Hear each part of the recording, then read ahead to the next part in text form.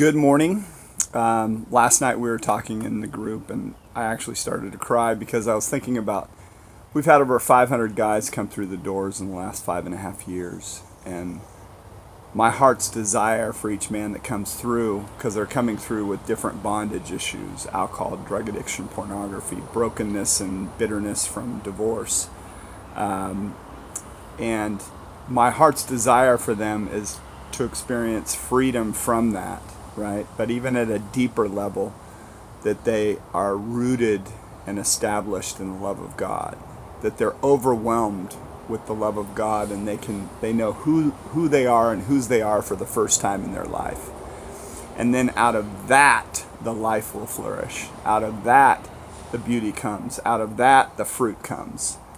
We have to be rooted in and established in the love of God, and then out of that, life happens as He created it to, instead of us being centered in ourselves, where all the garbage comes out of. When we are centered in ourselves, all the sin, all the brokenness, all that garbage comes out.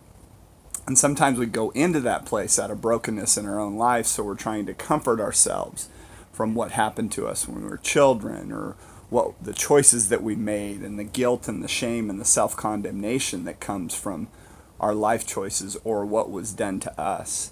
But He's saying, "Come to me, all who are weary and carry heavy burdens, and I will give you rest for your soul." We're looking for that soul quenching, that something that's going to satisfy us, because when we run to those things, we're never satisfied.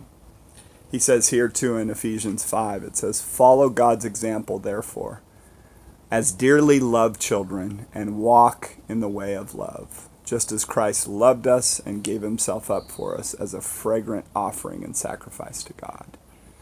As we lay down that self-life, we start walking in the way of love, because we don't know how to love until we come back home to Him. Our love is rooted in self. It's more in the posture of need. I need that person to somehow complete me. Jerry Maguire, right? You complete me. That's a fallacy. It's a lot better to be full going in and being able to love someone unconditionally, instead of going into that thing in a posture of need to feel complete. Be complete in Him. Allow Him to fill you up. Be rooted and established in His love, and then walk in a new way. That is freedom. I pray that each man that comes through our group, that's where my heart's passion is that they might understand the love of God in their life, and they can see their created value, and then they can walk in a new way. Not just trying not to do certain behaviors in their life, but they get down to the identity piece, and understanding God's love. Anyway, God bless y'all. That will transform your life.